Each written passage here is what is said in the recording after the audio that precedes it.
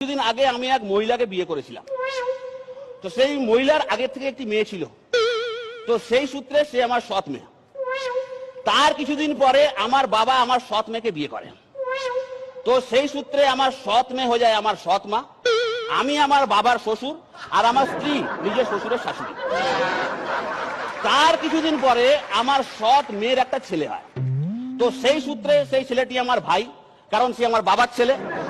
আর যেহেতু সেই ছেলেটি আমার স্ত্রীর মেয়ের ছেলে, সেই সূত্রে আমার স্ত্রী সেই ছেলেটির দিদিমা, আর আমি আমার ভাইয়ের দাদু। এই অবধি ঠিক ছিল, বুঝলেন কিনা? হ্যাঁ, এই অবধি ঠিক ছিল। তার কিছুদিন পরে আমার আর আমার স্ত্রীর একটা ছেলে হয়। তো আমার ছেলে দিদি মানে আমার সৎ মেয়ে, সে এখন আমার ছেলে ঠাকুমা। আমার ছেলে এখন আমার বাবার শালা। আমি আমার নিজের বাবার ভাগ্নে। আমার স্ত্রীর নাতি নিজের দিদিমার দেওর। আমার মেয়ের ছেলে নিজের মায়ের কাকা। আর হতভাগা আমি হয়ে গেছি এখন আমার নিজের দাদু।